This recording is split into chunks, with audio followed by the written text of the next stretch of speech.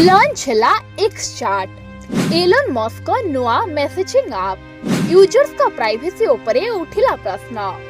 हाँ आज्ञा निकट रे एक अलग messaging app X chat launch करिछि। एही ऐप वर्तमान केवल iOS अर्थात आईफोन एवं आईपैड रे उपलब्ध। कंपनी दाबी करी कहिछि जे एहा पूर्वरु मेसेजिंग अपेक्षा अधिक सुरक्षित, किंतु एहार लॉन्च हेबा परठारु सुरक्षा विशेषज्ञ माने एक्स चैट विषय एलन मस्क उच्च सुरक्षा दाबी विषय अनेक प्रश्न उठाइछन्ति। एक्स चैट रे प्राइवेट मेसेजिंग, ऑडियो एवं वीडियो कॉलिंग सहित फाइल शेयरिंग भली सुविधा रहिछि। कंपनी रो कहबा अनुसार एथिरे समस्त chat end to end encryption द्वारा सुरक्षित।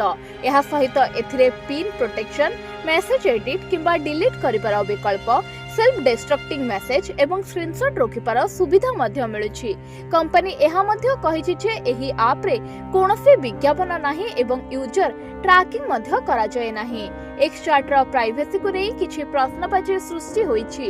एही ऐप लॉन्च हेबा पूर्वरु किछि व्यवहारकारीक सहित एहार बीटा टेस्टिंग करा जायथला, जो माने निजर मतामत देइथिले, किंतु लॉन्च हेबा मात्रे सुरक्षा गवेषक माने चिंता प्रकट करिसंती जे एक्स चैट रो एन्क्रिप्शन एल्गोरिथम सिग्नल भली लोकप्रिय ऐप तुलन में दुर्बल होई पारे। विशेषज्ञों कहबा अनुसार कंपनी रो एही दाबी गुड़िकर एबे स्वतंत्र जांच आवश्यकता रही।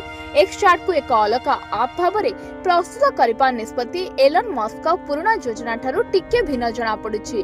पूर्वरु मस्क चाहुथिले जे एक्स एक सुपर ऐप हेउ जोंथरे मेसेजिंग, पेमेंट, एआई एवं शॉपिंग सब किछि गोटिए स्थान रे रहिबो, किंतु एबे लागुछि जे से अलग अलग ऐप्स रो एक समाहार तयारी करूछंती।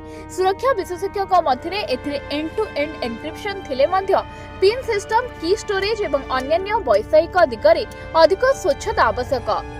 अनेक लोक परामर्श देउछन्ति जे संपूर्ण भरोसा करबा पूर्व एक स्वतंत्र ऑडिट को अपेक्षा करबाकू पड़िबो। सेथिपाई एक्स चैट प्राइवेसी एवं सहज जोगाजोगर प्रतिश्रुति देउथिले भी आरंभरो एहार सुरक्षा उपरे उठितिबा प्रश्न लोकंक मनरे द्वंद्व सृष्टि करिछि। सिक्यूरिटी एक्सपर्ट माने व्यवहारकारी को सतर्क रहिबा को परामर्श दैछन्ति। यदि आपण प्राइवेसी को अधिक गुरुत्व दियंती तेबे सिग्नल भली पुराना एवं परीक्षित ऐप्स एबे मध्य अधिक भरोसा योग्य बोली विवेचना करा जाउछि। Bureau report ONT news.